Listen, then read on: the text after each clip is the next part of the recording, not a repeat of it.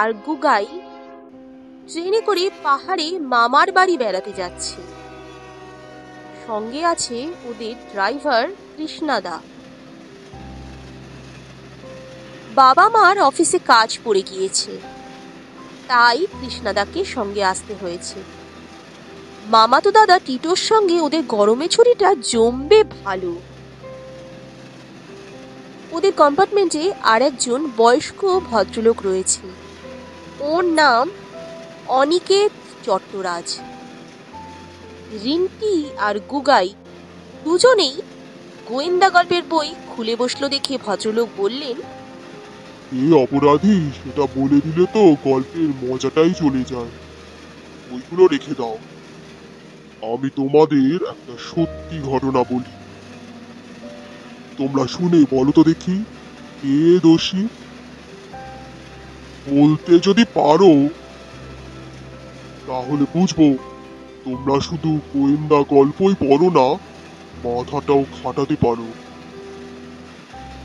রিন্টি আর গুগাই তো সঙ্গে সঙ্গে রাজি।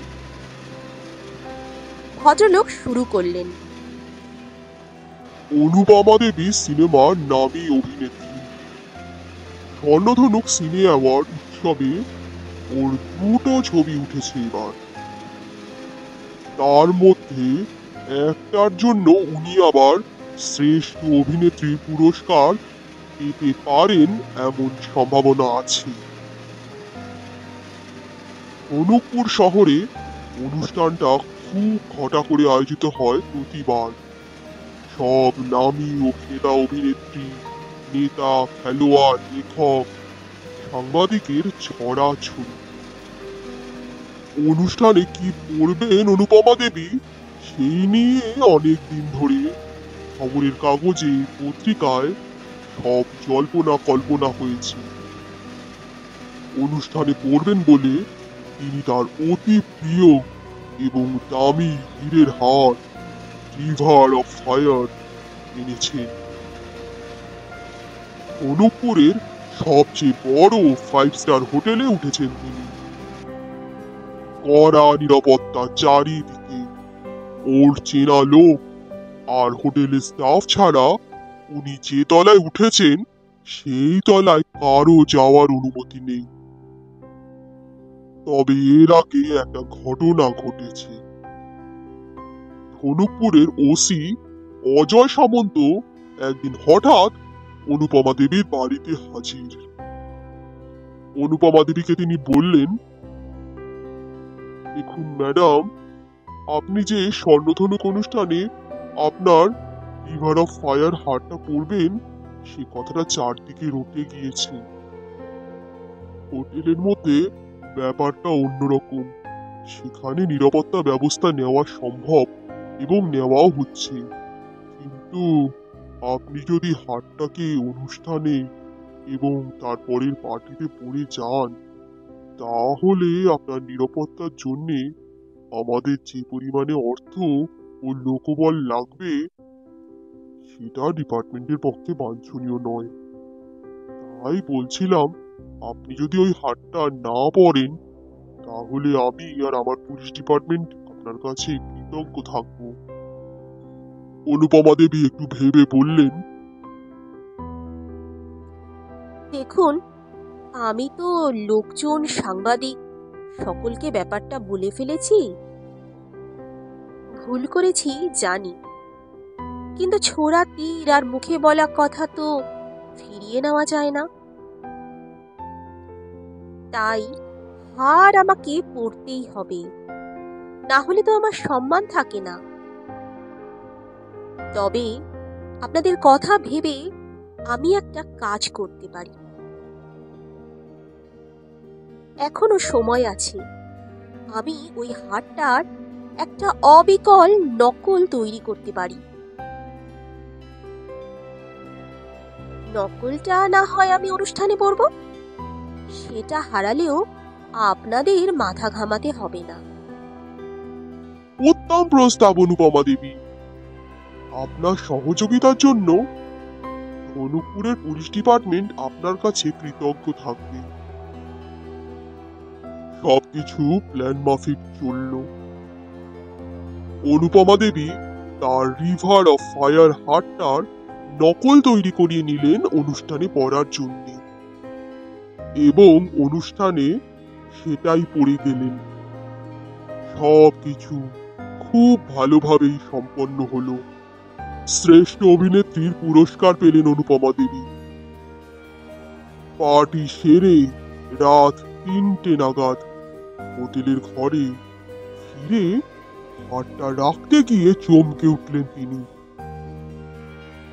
হোটেলের ঘরের আলমারিতে একটা ভেলভেটের বাক্সে আসল রিভার অফ ফায়ার হারটা ছিল, সেটা হাওয়া। রাত বিরেতে অজয় সামন্তর ডাক পড়ল। অনুপমা দেবীকে উনি বললেন, আপনাকে মানা করা সত্ত্বেও আপনি আসল হারটা আনলেন।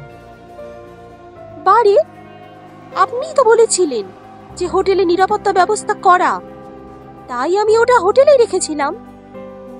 অজয় সামন্ত মাথা নাড়লেন, মনে মনে ভাবলেন, সত্যি বাবা, এসব অভিনেতা অভিনেত্রীদের নিয়ে আর পারা যায় না। খোঁজ খবর নিয়ে আর ঘরের বাইরে লাগানো ভিডিও ক্যামেরা থেকে জানা গেল অনুপমা দেবীর অনুপস্থিতিতে ওর ঘরে 4জন ঢুকেছিল। ওর ভাই রজত, ম্যানেজার আলোক সিংহ, পরিচারিকা যশোদা আর হোটেলের কর্মচারী বেলা। রজত বাবু বললেন, অনুপমা দেবী ওকে শাল নেওয়ার জন্য পাঠিয়েছিলেন। হোটেলের থেকে বেরিয়ে লবিতে গাড়ির জন্য অপেক্ষা করার সময় এসিতে ওর নাকি ঠান্ডা লাগছিল। ম্যানেজার আলোক সিংহ ঘরে গিয়েছিলেন অনুপমা দেবীর অনুষ্ঠানে স্পিচের শেষ সংস্করণটা আনতে। গাড়ি করে অনুষ্ঠানে যাওয়ার পথে স্পিচটা ঝালিয়ে নিতে গিয়ে ওর খেয়াল হলো সেটা যে কাগজে লেখা ছিল সেটা হোটেলের ঘরে ফেলে এসেছেন। যশোদা গিয়েছিল অনুপমা দেবীর জন্যে পেপারমিন্টের বাক্স আনতে। সকলেই জানে ওর মিন্ট খাওয়ার স্বভাব আছে। অনুষ্ঠানে পৌঁছে ওর খেয়াল হলো পার্সে যে বাক্সটা রয়েছে তাতে মিন্ট নেই। 3জন 3 সময় যান ঘরে। বেলা হোটেলের কর্মচারী, যে যায় ঘর পরিষ্কার করতে। আর যে অনুষ্ঠানের সময় সরানো হয়েছে তাতে সন্দেহ নেই, কারণ অনুপমা দেবী রওনা হওয়ার আগে হারটা দেখেছিলেন। অজয় সামন্ত প্রথমে একটু ফাঁপড়ে পড়লেন, কিন্তু কিছুক্ষণের মধ্যেই বের করে ফেললেন চোরকে। তোমরা বলতে পারো হার কে চুরি করেছিল? উত্তরে গুগাই বলল, আমি জানি, ওর পরিচারিকা যশোদা। অনিকেত চট্টরাজ একটু আশ্চর্য হয়ে বললেন, কি করে বুঝলে? অনুপমা দেবীর পরিচিত যে 3জন ঘরে ঢুকেছিলেন তারাই শুধু জানতেন তিনি নকল হার পরে অনুষ্ঠানে গিয়েছেন। হোটেলের কাজের লোকের তো সেটা জানার কথা নয়। তারা উল্টে দেখেছে যে তিনি হারটা পরে বেরিয়ে গিয়েছেন। তাই বেলা প্রথমেই আউট। বাকি 3জনের মধ্যে রজত বাবু অনুপমা দেবীর শাল আনতে যান। ওটা প্ল্যান করা হতে পারে না। অনুপমা দেবী যে ঠান্ডা লাগবে সেটা ওর জানার কথা নয়। ম্যানেজার আলোক বাবুরও ওই একই অবস্থা।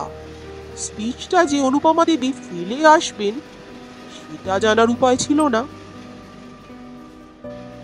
যশোদা হাটটার কথা জানত। সে তাই অনুপমা দেবীর ব্যাগের পেপারমিন্টের বাক্সটা সুযোগ বুঝে খালি করে রাখে।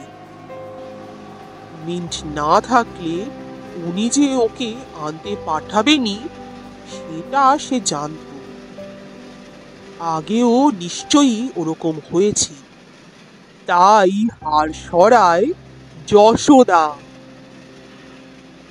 অনিকেত বাবু শুনে বললেন, সাবাস! তবে এর মধ্যে একটা ক্যাচ আছে। অজয় সামন্ত যশোদাকে চোর হিসেবে ধরিয়ে দেওয়ার পর অনুপমা দেবী খিলখিল করে হেসে উঠে বললেন, ওই দ্বিতীয় হারটাও নকল ছিল, কিন্তু আমি একটু যাচাই করে দেখতে চেয়েছিলাম যে আমার চারপাশের লোকজন কতটা বিশ্বাসী।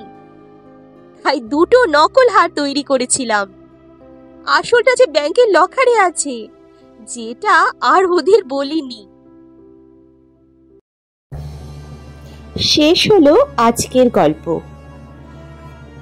আরও একটি নতুন গল্প নিয়ে শীঘ্রই আপনাদের কাছে উপস্থিত হচ্ছি। নমস্কার।